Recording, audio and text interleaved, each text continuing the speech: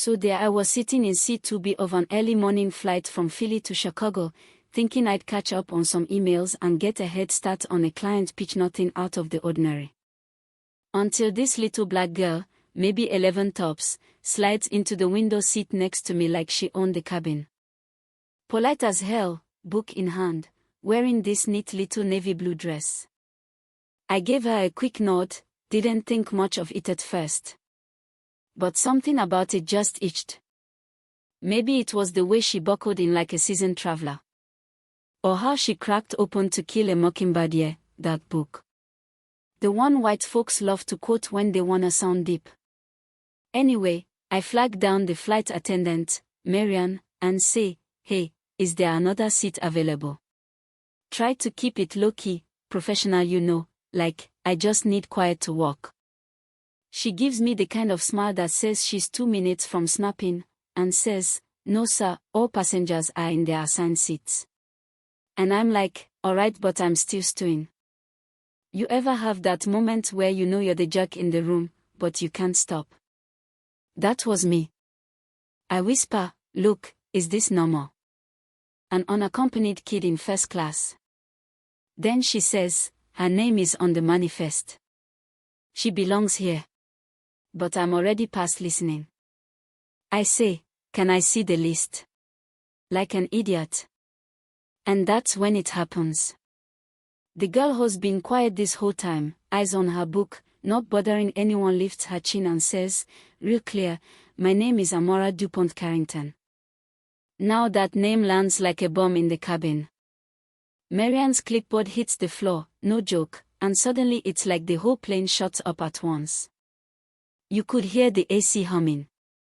Turns out, this isn't just some kid flying à la neige, that Carrington.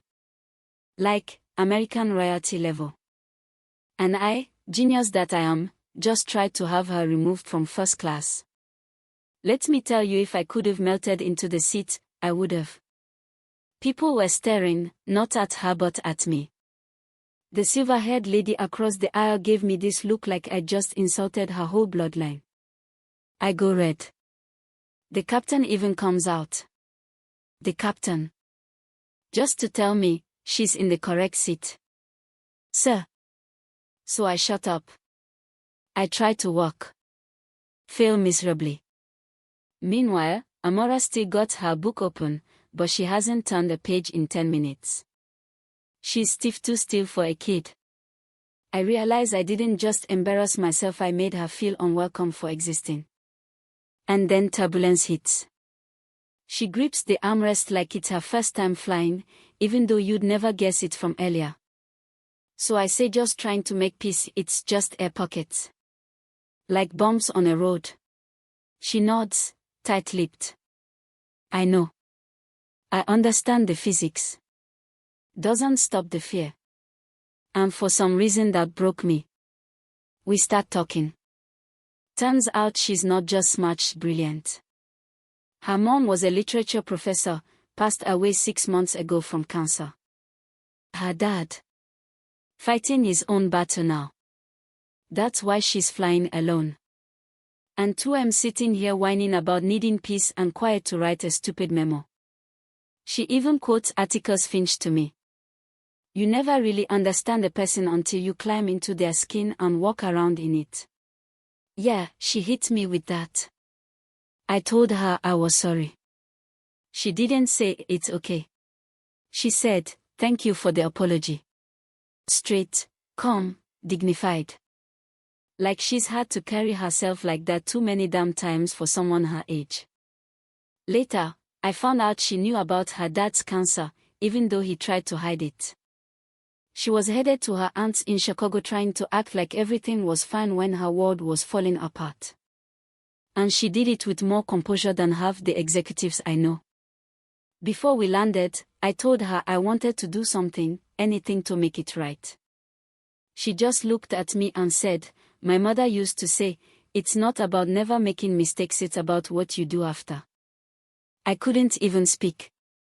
After we landed, I arranged quietly to upgrade her return ticket.